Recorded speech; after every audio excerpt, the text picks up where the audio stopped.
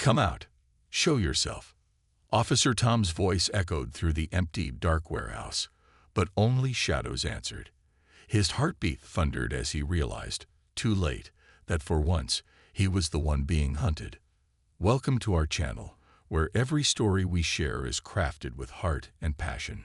We're thrilled to have you here as part of our storytelling family. By subscribing, you're not only supporting us but fueling the inspiration that brings each tale to life. So hit that subscribe button to join us on this journey of unforgettable, heartwarming stories. This story is quite thrilling, thought-provoking, and inspiring. Go nowhere, just sit back, relax, and enjoy every line till you get to the end. Come with me. After a long stroll, Joy made her way home. A light bag of groceries nestled in her arms. The neighborhood was quiet, wrapped in the warm hues of the evening light. Joy had lived here all her life, knowing nearly every crack in the sidewalk, every tree lining the streets, and all the faces that called this neighborhood home. Known for her warm smile and gentle demeanor, Joy was loved by everyone. She was a friend to young and old alike, her heart always open, her voice always kind. She was the kind of woman who remembered birthdays, who baked pies for neighbors, and who everyone looked up to as a pillar of the community. Tonight was like any other. Joy was humming a soft tune, enjoying the gentle breeze that carried the scent of jasmine through the air. It was a moment of peace, her mind wandering to thoughts of her family, her husband, Major Sam, and the wonderful dinner she'd cook when she got home. But as Joy turned the corner, her peace was shattered. Standing in front of her, blocking her path, was Officer Tom. He was a tall, imposing figure, with cold eyes that often made people feel uncomfortable. He had a reputation around town for being rude, and for the way he treated people he considered different from himself. For Joy, Tom was not a familiar face, and she instantly felt uneasy as he looked her up and down. "Evening, Mom." Tom's voice had an edge, almost mocking, as he crossed his arms and took a step closer. "Out late, aren't you?" Joy felt her heart pick up, a faint prickle of nervousness creeping up her spine. She forced herself to smile, trying to keep her voice steady. "Oh, I just picked up a few things from the store," she replied politely, holding up her grocery bag. Tom's eyes narrowed, ignoring her calm demeanor. "Walking around suspiciously, are we? Do you think I'm just going to let you loiter here like you own the place?" Confused and taken aback, Joy glanced around, trying to understand. She had lived here for over 50 years. This was her home, her street. "Officer, I'm just heading home," she explained, her voice gentle and even, hoping he would see reason. But her words only seemed to irritate Tom further. He scowled, his voice getting louder, more threatening. "I'm not interested in your excuses," he snapped. "I've had my eye on people like you for a while, thinking you're above the law just because you've been around." Joy's hands shook slightly as she clutched her bag tighter, a knot forming in her stomach. She had done nothing wrong. Her only crime was being here, in her own neighborhood, at the wrong time with the wrong man standing before her. "Please," she began softly, trying to calm him down. But Tom was past listening. In a flash of unrestrained anger, he lifted his boot and kicked her, sending her stumbling backward. Pain shot through her side as she hit the ground, her groceries spilling out across the pavement. The shock and humiliation were overwhelming, her cheeks flushing with shame and hurt. Joy didn't cry out, didn't shout. She only sat there for a moment, feeling a deep ache not only in her side but in her spirit. Her whole life, she had tried to live with kindness, to treat others with respect, and to believe the best in people. But in that moment, looking up at the officer who had so carelessly hurt her, Joy felt a sting of betrayal and a pain deeper than the bruise forming on her side. Slowly, carefully, she gathered her things, wincing as she stood up, her hand clutching her side. Tom gave her one last look, a twisted smirk of satisfaction on his face, before he turned and walked away. As she made her way home, the quiet streets felt different now, as though they too had turned their backs on her. Each step was heavy, the pain in her side growing with every movement, but the ache in her heart was far worse. By the time she reached her door, her face was pale, her eyes shining with unshed tears. Yet she held them back, unwilling to let her humiliation spill over. Entering the house, she knew what she had to do. She would tell her husband, Major Sam, and somehow, she knew that he would understand. As Joy opened the front door, she felt the weight of her experience settling heavily on her. Every step she took felt more painful than the last, her side aching from Officer Tom's violent kick. She walked into the warm, cozy kitchen, where the soft hum of the radio played, but the room felt cold to her now. Sitting at the table, she was lost in thought, still shaken by the humiliation she had suffered just moments before. Her husband, Major Sam, soon entered the room, his face lighting up at the sight of her. But his expression changed instantly as he noticed her limp. Major Sam, a tall, sturdy man with graying hair and a quiet strength about him, was known for his unwavering calm and sense of justice. He had seen difficult times in his military days and had always dealt with them with honor and courage. Now, seeing his beloved wife in pain, his face darkened with concern. "Joy, what happened?" he asked softly, his voice steady but filled with worry. He pulled out a chair for her, his hand gently resting on her shoulder as he guided her to sit. For a moment, Joy struggled to find the words, her voice trembling as she began to tell him everything. She described Officer Tom's harsh words, the anger in his eyes, and finally, the cruelty of his kick that had left her on the ground, humiliated and in pain. She watched as Sam listened, his jaw tightening, his usually calm eyes flashing with anger. He stayed silent as she spoke, but his fists clenched involuntarily, his knuckles turning white. By the time Joy finished, there was a cold stillness in the room. Major Sam looked at her, his face hard, filled with a quiet rage that she had rarely seen in him. To him, this was more than an act of cruelty. It was a violation of everything he held dear. This wasn't just a petty incident. Someone had hurt his wife, and to Major Sam, that was personal. Without a word, he stood up, his jaw set in determination. Joy could see the intent in his eyes as he started to reach for his coat. "I'll deal with him now," he said, his voice firm and low. But Joy, still shaken, placed a gentle hand on his arm. "Sam, please," she whispered, her eyes pleading. "Don't go. I don't want any more violence." He stopped, looking into her eyes, the love and protectiveness he felt for her clear in his gaze. He let out a slow breath, forcing himself to calm down. Major Sam knew she was right, but that didn't mean he would let it go. In his mind, he could feel the military strategist awakening, the gears of his tactical mind turning as he formulated a plan. This would not be a simple confrontation. If Tom wanted to abuse his power, Sam would show him what real strength looked like. Sitting down beside her again, he took her hand in his eyes steady and reassuring. "Justice will be served, Joy," he said softly.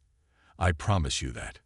That evening, after Joy went to bed, Sam made several calls, reaching out to a few old friends from his military days. He had contacts, men and women he trusted, people who understood his sense of justice and discipline. Each call was brief and to the point, as he explained what had happened and enlisted their help in gathering information. He needed to know every detail about Officer Tom, his background, his routines, his vulnerabilities. The plan needed to be precise and methodical. Major Sam knew that confronting Tom directly could lead to trouble. He had to be strategic, careful not to draw unwanted attention. He couldn't risk letting his anger lead him down a reckless path. Instead, he would use his training, the skills that had served him well in his military days, to build a quiet but powerful response. Over the next few days, Sam moved cautiously, making discreet inquiries, jotting down details, and coordinating with his allies. Each step felt deliberate, like pieces moving on a chessboard, as he positioned himself for the right moment to strike. He would ensure Tom understood the cost of his actions without a single act of violence. Sam was patient, but the simmering tension within him was tangible. This was more than a matter of pride. It was a matter of principle, of standing up for the woman he loved. As he prepared, he kept Joy's image close to his heart, her pain and humiliation fueling his resolve. He worked quietly, the atmosphere charged with suspense and anticipation, knowing that soon he would deliver a form of justice that Tom would never see coming. And with each silent step, the love and determination in Sam's eyes only grew stronger as he readied himself to restore his wife's dignity in a way only he could. It was late in the evening when Officer Tom received the tip. The call had come in as anonymous, a hushed voice relaying that a dangerous individual, armed and erratic, had been seen lurking in an abandoned warehouse on the outskirts of town. Tom's curiosity was piqued. The idea of taking down a troublemaker appealed to him. Besides, he thrived in situations where he could assert his authority without interference. Without hesitation, he decided to check it out himself. He wanted the glory and the credit for handling it alone. He relished the opportunity to prove he was in control. Arriving at the warehouse, Tom parked his cruiser under a lone, flickering street lamp. The building loomed before him, its windows shattered and walls covered in peeling paint. Shadows crept around the edges, cast by the sparse lighting that barely held back the pressing darkness. Tom smirked, shaking his head. Another lowlife hiding in the shadows, he muttered to himself. Drawing his flashlight and weapon, Tom entered the warehouse, his heavy footsteps echoing against the metal floors. The place smelled damp and abandoned, with the faint rustle of wind slipping through cracks and broken windows. He walked in, his confidence growing. In his mind, this was just another easy job, a chance to remind everyone who held the power around here. But as he moved deeper into the warehouse, the door behind him creaked, then slowly swung shut. A loud clang echoed, reverberating through the cavernous space. Tom's flashlight beam wavered, and he turned only to see the door firmly close. He tried the handle, but it wouldn't budge. Locked. What the? Tom's voice trailed off as a faint chill ran up his spine. He banged on the door with his fist, but the sound only seemed to grow louder in the silence, amplifying, filling the space until it felt like it was surrounding him. Shrugging it off, he took a step back and pointed his flashlight into the depths of the warehouse, determined to push forward. The darkened warehouse was vast, filled with looming shadows that twisted and stretched with each movement of his light. The silence was unsettling, broken only by the occasional drip of water from the ceiling. But soon, strange noises began to echo from the far corners of the room. Scraping sounds, faint whispers, and the low hum of something metallic dragging across the floor. "Who's there?" he barked, his voice more aggressive than usual. But there was no answer, only more noises, growing louder, closer. Tom's pulse quickened, and he turned rapidly, his light darting from shadow to shadow. He was still alone, yet it felt as though 100 eyes were watching him. The emptiness suddenly felt suffocating, his own breathing now loud and shallow. His cockiness was fading, giving way to an unwelcome, creeping fear. Tom had never felt this way before. He was used to being the one instilling fear, to controlling situations with sheer force. But here, in the silent darkness, he felt small and vulnerable. The steady drumming of his heart sounded like thunder in his ears. Desperation clawed at him as he searched for a way out, moving deeper into the warehouse, calling out, "Come out, show yourself." But no one responded. Every corner seemed to hold a secret. Every darkened aisle hid something lurking, waiting. He felt the chill of paranoia settle in his bones. The familiar world of control he had always known had slipped away, leaving him alone with his own growing terror. He stumbled forward, his flashlight flickering, illuminating only glimpses of his surroundings. Rusted machinery, old crates, and endless shadows. Every little sound became amplified. The creak of metal, the scurrying of rats, the hum of the wind howling through broken windows. His mind raced, each shadow playing tricks on him, each echo twisting into something more sinister. Finally, he sank to his knees, his flashlight slipping from his grasp. In that moment, he began to feel something he had never truly understood before, a fragment of the helplessness, the vulnerability Joy must have felt when he had kicked her to the ground. Here, in the darkness, he was at someone else's mercy. A surge of dread hit him as he realized he had no control. He was trapped, alone with only his fear. For hours, he remained there, consumed by the shadows and the silence, his mind unraveling as he grasped at any hope of escape. By the time dawn's first light seeped through the cracks, Officer Tom was a broken man, reduced to a shadow of his former self. The experience left him with a terror he couldn't shake, a fear he would carry forever. The sun was rising as Officer Tom was discovered by a passing patrol officer outside the abandoned warehouse. He was slumped against the wall, his face pale, his hands trembling uncontrollably. His uniform was dusty, his hair disheveled, and his eyes darted around wildly as if he were still in the midst of some unseen terror. The officer who found him tried to ask questions, but Tom could barely manage a response. His lips parted, but words failed him, his face drained of color. News of Officer Tom's resignation spread quickly across the precinct. No one knew exactly what had happened that night in the warehouse, and Tom never gave an explanation. Rumors swirled. Some whispered about a traumatic experience, others about Tom encountering something too frightening for words. Whatever it was, the once confident, even ruthless officer was now a shadow of his former self, hollow-eyed and quiet. His resignation was signed without protest, and he disappeared from the community he once lorded over. Back at home, Joy listened to the rumors with a quiet, knowing look. She never spoke of it, never uttered a word to anyone about the role Sam had played in Tom's downfall. She only glanced over at her husband, who sat beside her with the calmness of a man who had seen justice delivered. The satisfaction in her heart was deep, a quiet resolution that warmed her soul, mending the hurt Tom had inflicted. One evening, as the sky turned a soft pink and orange, Joy and Sam sat together on their porch, watching the neighborhood they'd loved and protected for so many years. Joy reached out, placing her hand over Sam's, her gaze soft with gratitude. She hadn't needed to ask him for anything, but he had stood by her without question. He had understood her pain and had found a way to defend her dignity without a single act of violence. "Thank you, Sam," she said, her voice filled with a depth of emotion that spoke to the core of their love.